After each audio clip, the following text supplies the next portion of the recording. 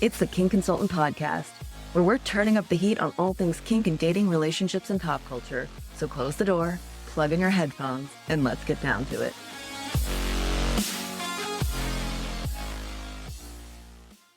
Hey everybody, welcome to this week's episode of the Kink Consultant. I am joined by Aubrey Aust, and she is a master's student at NYU working on a thesis on what creates safety in relationships and using BDSM and kink as one of the examples of how people are negotiating and communicating to create safety within their relationship. So once I heard this was the work she was doing, and although the thesis itself isn't totally focused on BDSM and kink, I immediately needed to have her on the podcast. So welcome, Aubrey.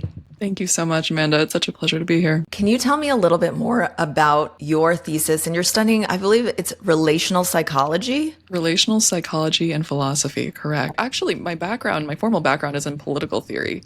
I was really fascinated by systems of power and how they shape our inner lives, our longings, our limits. I studied Arendtian political theory and a lot of the works of Hannah Arendt. And so I was writing a lot about desire, control, intimacy, surveillance, how desire is constructed and how societal factors contribute to that. I started to pivot into relational psychology when I came to the realization that the systems that we're navigating, of course, is a political aspect to that, but ultimately, at the end of the day, they're relational. And once I started getting more interested in how these systems live in the nervous system, in our attachment styles, and the way we move toward or away from love or connection, I started to see the psychological aspect of that and wanted to bring it down from the macro level, the big political level, to more of the interpersonal relational level. Now I'm out NYU pursuing my master's degree, where I'm ultimately studying what allows us to feel safe in relationships. That's the very simple question behind everything that I'm doing. And so I'm exploring that through frameworks like attachment theory, polyvagal theory, somatic psychology, and the ethics of care. What does it truly mean to care for someone? What's the morality behind that? And so I'm using BDSM in the kink world to see this as almost a relational laboratory because it externalizes what most relationships suppress in a lot of cases. Yes. Power, vulnerability, the need to negotiate safety in real time. And so it's this incredible container for me to explore all of these topics in a really fascinating way. My mind is just like firing off 1,000 questions. The safety aspect in relationships, is that something that everyone needs to be aware of, right? Yes. Like, I think on a subconscious level, we probably are. We know whether or not we feel safe in something, but do you think this is something that can be picked apart and explored for every couple? Yeah, absolutely. Yeah. Yes. And how do we do that, right? Specifically within the context of BDSM, you have a site where those relational dynamics are made visible and explicit, right? Yes. So that's what makes this such an interesting modality because power is not assumed. It's negotiated. We don't imply consent. It's constructed. And especially vulnerability, which is so huge to what I study. It's not hidden, but it's held. We're naming a lot of it in a lot of cases. So in most relationships, just blanket term relationships, we aren't really naming those power dynamics at play. They still exist, but they're not brought to the forefront, right? And a lot of times we inherit those dynamics. We perform those dynamics, but we're not actively examining them. So when What does it look like when we're performing them, but not examining them? Yeah, great question. It's our everyday scripts. It is what we have inherited. It's largely cultural. It can be so much of what we grow up with, what we've come to expect. And if that fits you, that is absolutely fantastic. Go with that. But there's also value to questioning, are these really serving me? Is this how I want to go about my life? Is this making me feel safe, held, all the things that we want to feel relationally? And it's worth taking that step back, not necessarily in order to make change, but just to examine it for yourself. That's kind of heavy work. It is. I mean, I very much specifically focus on kink and BDSM, and it's a finite time, like even in 24/7 relationships. But this is about how you move in the world, even like what preconceived notions culturally you're taking through everyday life and how that's affecting your experience in partnership. And that's why the political theory background that I have really does contribute well to this, because at the end of the day, there are so many societal factors at play in how we desire, how we're allowed to love, and how we can move about the world, right? And so that's something that we can't ignore when we're talking about relational safety. So all of that kind of comes together in realizing, yes, we have autonomy and choice, and we can make these decisions, but also consciously recognizing the factors that contribute to how we go about that. How can we get better at that? Great question. I'll tell you I'm when I'm like, done with my thesis. yeah. I'm like, can Well, you just give me the answer of like how I can incorporate this in my life and go be better? it is one that is ever unfolding and one that I'm trying to answer right now. It's the willingness to examine. And I think it comes down to that at the end of the day, that each and every one of us has things that we are hesitant to question because we are scared to know the answers. And our brains are neurologically wired to protect us. It's a defense mechanism. And so we shouldn't fault ourselves for the things that we put in place to naturally protect ourselves. But it is worth asking ourselves the question, is this protecting me or is this preventing me? And that doesn't mean, like I said, there have to be immediate changes to anything. It's just a worthy examination into your own personal life to see if the things that you're doing are ultimately serving you. I always say with kink, it starts with curiosity. When someone tells me, oh, my partner's not kinky, I'm like, well, are they curious? Because I'm a firm believer in everything, every aspect of my life. If I'm dealing with a curious person, it's going to go well, right? I love that. So it sounds a lot like your willingness to inspect and ask questions. That's so much a part of this too. So it's sort of the curiosity extends into this. I want to know, are there specific questions that I could start asking myself that would help me start to uncover it? I mean, I'm definitely guilty of protecting myself from asking the questions that I might not want the answers to. The way I think that also presents, if I may share it, is that I immediately put up a defense of, I'm going to be fine no matter what. So you be there and do your thing. And you're probably imagining this is an avoidant attachment style. I would love to get more into attachment styles because I have a lot of spicy thoughts on attachment styles. But first of all, I want to tell you, you are not alone in this. That every single person has that experience of those internal questions of saying, what will this bring up for me? And we treat attachment styles like it is a clinical lifelong diagnosis. And attachment styles, of course, yes, there's a huge part of how we are raised in early childhood that contributes to our lifelong attachment patterns and how we generally move about the world. It's great to recognize that, and it's important to know that attachment styles are not fixed. They can change over time, and they change relationally. And so it's based on the people in your relational ecosystem constructing those fields of safety that either contribute to a world in which you feel like you can cultivate that safety or that make you feel unsafe. And so based on that, your attachment style can shift throughout your lifetime. So when it comes to, how do I start? How do I even start this form of inquiry, right? Because these are big, scary questions. It's about asking what happens when people choose how they want to be held, how they want to be led, how they want to be surrendered to. And I'm talking in terms, of course, that would apply to BDSM dynamics or kink dynamics, but it can also apply to societal scripts at large. What happens when you name your needs? We can take this outside of kink. And just apply it to the day-to-day. And I like that because I like taking it outside of kink because as soon as you put it into the kink context, I'm like, yes, I get it 100%. Relating it to the outside world should be so simple, right? Because I think once you get into kink, you see power exchange everywhere and you just start to focus on it. But I'm trying to think like outside of the kink part of it, how does it apply? Because negotiations apply in every single relationship in your life. Whether it's recognized or not, there's a power dynamic there. I hate to think of it that way, but it's true. And it is confronting those tough realities that's the first step. And when you're able to do so, then you can start thinking about, okay, considering the forces at play, how do we incorporate regulation, rupture, repair, mutual recognition, the things that you need to feel safe in those relationships. But in order to do so, we have to rethink what we mean in terms of freedom. What does trust mean to us? And from an attachment perspective, it can offer something really radical because when you have that awareness, it offers you this structured container where the body can feel safe. Even, in kink, it can be the content of the experience is really intense, but that awareness, whether we are applying this to kink or to the larger picture, that's what makes that experience transformative. When you said the forces at play, right? I immediately went to external factors that society cares about as opposed to the internal ones. Like society cares about who has more money, who has the better job, who's better looking. Those types of things. Are those some of the forces at play in terms of this? Or is it more the emotional side of things? Absolutely both. Yeah. And they are both so present and both so valid. And they're constantly intertwined and at play. And it depends on the individual, on the circumstances. We are all dealt a certain deck of cards at birth, right? Yeah.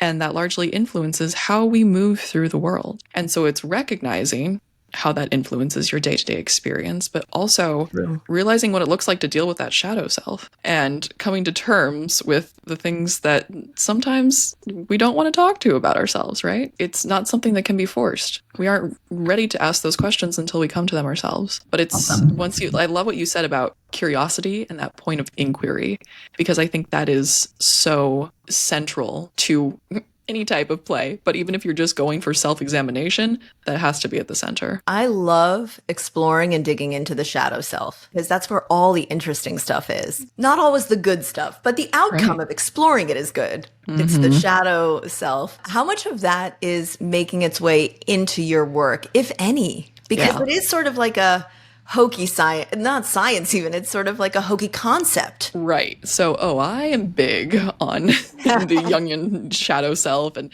everything that we've disowned, our hunger, our rage, our tenderness, our need. And so I think it largely plays into our need for safety, because a lot of the things that we're scared to name are the things that we need the most. And so often it's looking at the parts of ourselves that are shamed, that are ignored, or that are even punished in early relationships. And like you said, that can be incredibly difficult. And so it's the opportunity to invite those parts to come forward, not to take over, but just to be seen or expressed or related to. And that integration, it's not about winning or losing it, but it's about bringing those inner dynamics into the light, into that relational awareness. It's not even about the act, it's the meaning underneath. And knowing, can I still be desired here? Can I still be safe in this space? Can I still be loved? And so it's about providing language and structure to explore those questions. So I am largely dealing with concepts of the shadow self because I think it's such a pivotal role in how we go about even having the ability to name our needs. You just said something about providing language. And I think that that is one of the biggest hurdles. It is one of the biggest blockers to people being able to do this work is language around feelings. It's not taught. Like you're taught the basic ones of like, I'm sad, I'm happy. But to explain, I'm feeling like I'm not enough and that's affecting my nervous system right now. Can you see me and tell me that everything's okay? Right. No one taught me that sentence. Do you know what I mean? I pieced it together over time. I think the language piece of it is that's the part that I even struggle with, you know, and I know a lot of my clients struggle with the language. Is that something that your research is looking into? Like how to communicate this through, we're talking specific words. Like that's part of the issue. Yeah, that is such a fantastic point. And you're right, it's not something that's taught in our day-to-day. Because first of all, I am inspired by the growing awareness around mental health in general, which I think is fantastic. Naming needs, naming what's going on. We often don't get past the I am happy, I am sad level, right? Yeah, There's a lot that's still shoved down underneath. Part of my research is talking about trust built through conversation and what that looks like and what the body needs in order to feel safe and open up, because oftentimes we process our emotions physically before we're able to do anything psychologically. When you feel like, that clenching in your chest or your heart rate speed up, or there's just a feeling that comes over you that you cannot pinpoint because logically you're saying, I can't really lock this down, but there's something in my body that I feel coming up that I can't ignore, right? That's affect theory. That's how we are responding in response to someone else's nervous system. And so social baseline theory teaches us that we regulate ourselves based on our relational environment. We are relational creatures, right? So we naturally respond and regulate our nervous systems based on those in our relational environment. So when it comes to using that language to express it, of course it's going to be difficult. And we can't even name those emotions for ourselves, but we're just like, something feels kind of funky in my body. Yes. That's tough. Yeah. That's challenging, right? And so there is a component of introspection to that of, hey, maybe I need to take a step back for myself, sit with this feeling for a moment and recognize what's coming up for me. And even if you can't name it in that moment, can you feel it? And I don't want to minimize that feeling part, right? Because I also think that's something that we learn. We are not taught to pay attention to our bodies in that way. It's like, yes, the same way sad, happy, sick, good. Those are like Yes. the two things that you get. I'm certified through Somatica, which is a sex and Mhm. relationship coaching course. And it really opened up my world into Mhm. checking into your body. But like, that's why I personally can never take it for granted because I had to learn it Yeah. from a course. And now I work with my clients on it. And you're speaking about the same thing. And it's just, to me, I'm like, let's not skip over how hard it is or how it's something Absolutely. that you also need to teach yourself. Similar Right. to the creating your own sentence about how you're feeling, you need to think and figure out how to feel. Where am I feeling in this in my body? Yeah. Which is such an important question to ask. And that's why I'm like my PSA on ask yourself that and get into the habit. Hey, Kinksters. Did you know we have a book club? Join the Kink Consultant crew every month to read spicy, kinky books and chat with other shamelessly curious minds. I started this club because I was tired of reading kinky stories with no one to talk about them with. It's the perfect place to meet other book-loving Kinksters, share your hottest takes, and help pick out our next filthy read. So come find your people. Join us at patreon.com/Amanda Dames/membership. I love that you brought up somatics and somatic psychology because part of my research is also speaking with therapists and saying what is coming up, especially in, couples counseling or for people who are exploring kink dynamics or whatever, what tools are not out there in terms of education that you feel like would be helpful? What is missing in that context? And there is a huge gap right now, especially in what I'm seeing in higher level education where we're not teaching somatics. And I think there is such a huge connection between mind and body. And I think noticing and acknowledging that integration is absolutely essential to healing.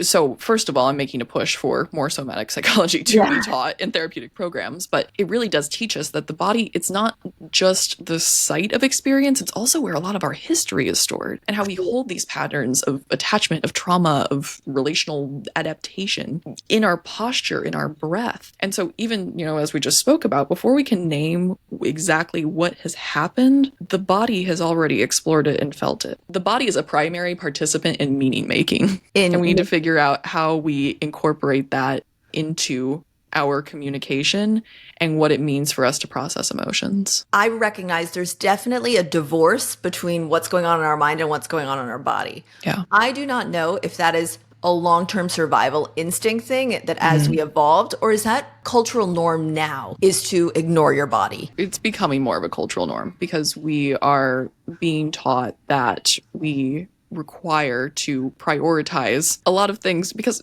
hustle culture or repressing a lot of parts of ourselves simply or hating your body. Yes. Being taught to hate your body. 100%. Specifically women, but now I see it over the past few years moving into men as well. I'd agree. And that divorce and disconnect is only going to continue to rupture unless we bring greater awareness to somatics and taking a somatic lens to how we're processing emotions. And so I'm grateful. I'm seeing a trend that more therapists, especially this way newer generation of therapists, have a greater awareness of it and are starting to integrate it more. But as far as, like upper level curriculum and stuff, there's still a place where we need to integrate it. So it's about raising attention for that and making sure that it does get into more therapeutic programs. Totally. I think like that is the change we need to see and be more aware of. It's also hopeful because I feel like that's what you and I, like, if we're out here doing it and we know more people are out here doing it, hopefully that change is coming. It's difficult work.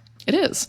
Are you talking to anyone who does EMDR therapy? Yes, I have been exploring EDMR therapists because that's also a great way of integration. And somatics and EMDR, different modalities, but same incorporating the physical. And I really personally tend to go away from Cartesian dualism, the idea that the mind and the body are separate, and am in favor of more integrated approaches to healing when we talk about physical and emotional safety. And so it is inspiring for me to see more methods like EMDR become popularized and further integrated. I've done EMDR therapy. It is the toughest therapy I have ever done. It's intense. And if you explain to someone that you really barely talk about the issue, you just think about it and move your eyes or tap in a certain way and then change what you're thinking about. It sounds like a simpleton game. It sounds like a kindergarten game that you learn to play. It is the farthest thing from it. It's like there's an emotional hangover from it, but it works. It works. And it's interesting because I love what you said about that emotional hangover. There's also that integration period afterwards, right? It's almost like you need aftercare from that Yes, experience because it's so exactly. intense. Yeah. Do you know sometimes in the kink world, there's this argument about whether or not you need aftercare, right? And I ask a lot of people this question, whether or not it's provided. I mean, that's up to certain people, whether they're willing to play with it or not. But do you think that type of power exchange and then getting back out of power exchange into equilibrium or whatever you want to call it, do you think it requires aftercare? I would encourage the person to center their own agency and choice. And if someone's adamant about no aftercare whatsoever, trust their voice on that. I also think that there is a huge aspect of integrating the experience, the power dynamics at play. The aftercare is incredibly important in. So I would be curious, word of the day, as to why someone would be against aftercare. But if that is part of their process, I think that's also incredibly valid. Valid. But is it valid? Because I used to be I don't need aftercare person, but I think that was from my work as a pro. Yeah. And I don't think that I didn't need aftercare. I think that I was too focused on I'm doing a job. I think that's why I'm so curious about it now as someone who's like an I don't need aftercare person to this is what I need now. And what I need is I need you to be available to text me the next day because I want to be able to reach out and know I'm going to hear from you. Right. And if you can't facilitate that, I can't play with you. So like I'm aware of that now. That wasn't really an option as a pro. And because I wasn't just a pro dom, I was also a pro sub, which is, I've talked about that. Different world, different expectations. But it made me think I didn't need aftercare. As I grow older, I'm realizing that was a mental block. You're right. People should have agency to decide. Like I had agency to decide then, but it was that curiosity piece is so important of like, always why? Curiosity. Yeah. Like could aftercare make things feel better? Does aftercare make things feel worse? If so, why? What's coming up? I mean, I'm not in a place to prescribe mandated aftercare for anything, but based on the fundamentals of psychological safety, in BDSM, you are creating scenes where you are intentionally creating scenes of potential rupture, right? And rupture and repair. Yeah. And so you need that psychological safety for the system to revert back. Otherwise, it'll go to its adaptive survival strategies. I don't want to make any overarching prescriptions on where, someone denies aftercare, they are going into survival mode. No. Yeah. But it can also be worth examining, is this just how my body has learned to protect itself? And in negotiated power scenes, these ruptures, they can be subtle, but it's even after the scene, the task in that moment is not to pathologize any of this, but to attune to it and to really reflect, what do I actually need in this moment versus what have I been prescribed to tell myself that I need? And it's difficult because you're the one who prescribed it to yourself. Yep. Something that I'm learning as I get older is it's no longer about learning, it's about unlearning. And that is just as much work. Unlearning is everything, because what you're unlearning is the safety mechanisms that aren't serving you, which is the foundation of your work. Oh, look at how full circle every sentence always becomes comes back. Yeah. It's a loop.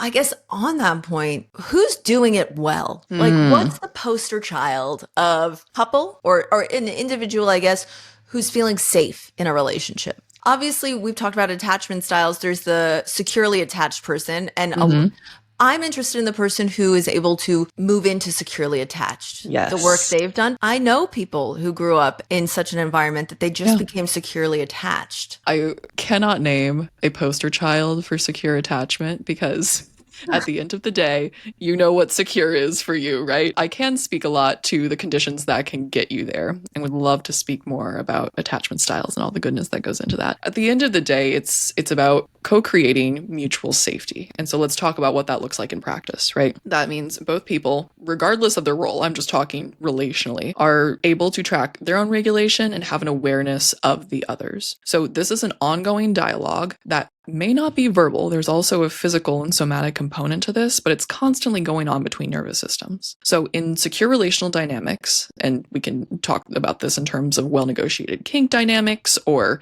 in terms of any relationship, right? It's mutual safety that's built on attunement, there's adaptability, and there's shared responsibility. So one partner's containment is never imposed without negotiation. It's offered, it's checked, and it's received. And so what does this look like when we play it out? This means asking questions like, are we in sync? Is this serving both of us? And what do you need from me right now? And you can get to a point, especially negotiated dynamics, where, for example, the dom learns the needs of the sub and is able to anticipate that and push the limits to that edge. And another part of this, based on the conversation that we just had, it means building those rituals of return. So this can either be in aftercare and integration, in time to reflect, to name what comes up. Because the funny thing about memory, and this trips me up all the time, is when we remember things, we are not remembering the event itself, rather the last time we remembered it. Oh, yeah. So that is colored by all of your experiences, by your feelings, by everything you have integrated in the time from when the original event happened to the time that you last remembered it. And we're constantly building on that memory cycle. And naturally, that is going to bring up more emotions, a lot of really crunchy things that we have to work through, right? And so sometimes taking that space to reflect is absolutely necessary, because you might have something brought up for you that wasn't at all there in the moment it happened, but it's something that came up through the processing. It's dialogical ethics. It's our sense of self is not static, but co-created. And so this is why attachment and relational security are so important, because when we are remaining in ethical relationship to another's experience, the safety that emerges, it's not passive, but it's dynamic. Oh my goodness. I'm like having such light bulb moments, or just I'm having a reaction in my body to all of this, because it's very affirming when you think, like, as you're saying it, I'm like, yeah, I definitely have. And I would say it's a core memory that has informed how I feel about my life and my body, specifically my body. Every time someone says something, it just attaches itself to that core memory. When I was 6 years old, my mom told me to not eat in front of my dad because he thought I was putting on weight. And I think she said fat. I remember where I was. Definite core memory. I'm very close with my mom. It's like I've talked to her about it, but I remember that's when I became aware of my body, and I was 6 years old. I did not feel good about myself because I didn't know to be aware of my body until this moment, and that's not the best way to become aware.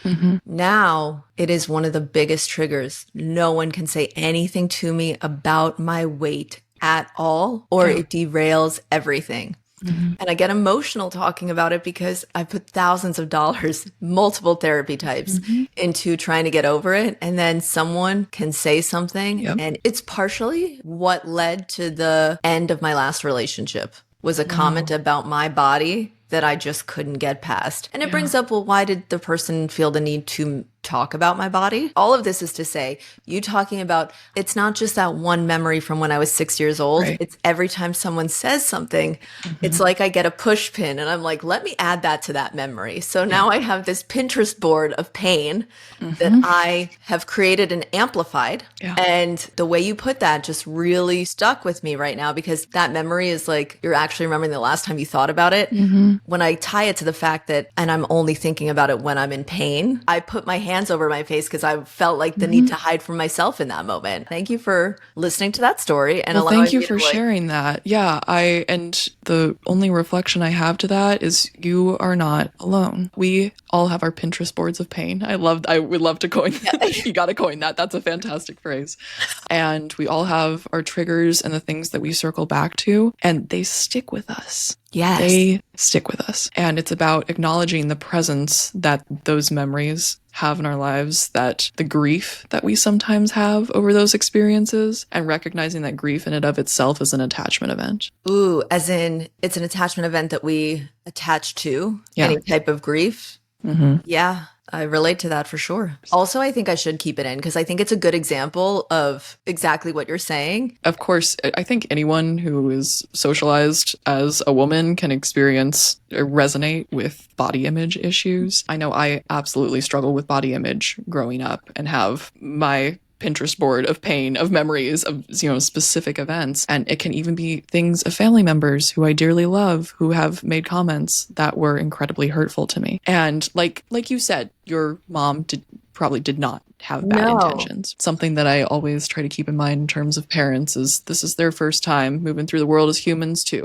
And I'm the eldest. Like she was younger than me when she said that sentence. Do you know what I mean? Yeah. So And we have to recognize that our parents are given a certain toolkit. No one has the exact rule book on how to raise kids. And it's, you work with what you got. But also there's so much power to acknowledging those memories and how they've shaped you. And something that I've experienced growing up, finding comfortability within myself, is recognizing those experiences in my youth and finally admitting that they were hurtful, because I am so quick to brush things off and say, oh, no, I'm fine. That didn't get to me. That doesn't hurt. And trying to put up this wall of self-protection. So for me, a lot of my work that I'm going through is admitting to those crunchy spots. And vulnerability is so difficult, and it's also a superpower. And so I think when you're able to tap into that and expose those parts of yourself that I know I try to hide for so long, there can be an incredible release in that. And it is empowering to face them. Most recently, someone I'm dating saw an old photo of me and, again, probably just didn't understand it, mentioned how I was skinnier back then.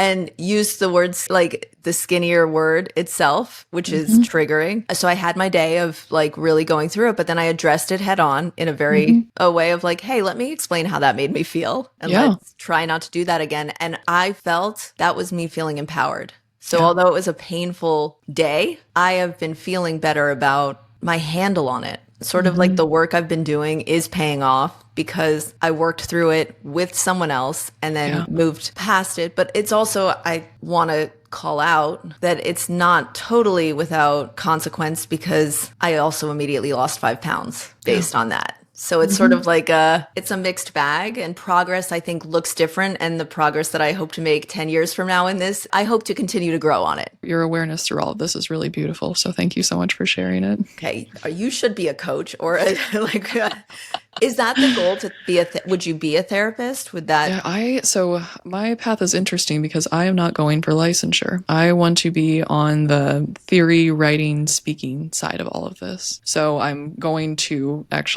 you're the first to hear about this. This summer, I am going to start trainings on relational intelligence 101, trauma-informed communication, and the ethics of care. And I want to connect with nonprofits, with organizations, starting the conversation on how are we caring for ourselves and others in this current climate. Love that. That sounds like it couldn't come at a better time. There has certainly been a push for it, which I'm excited about.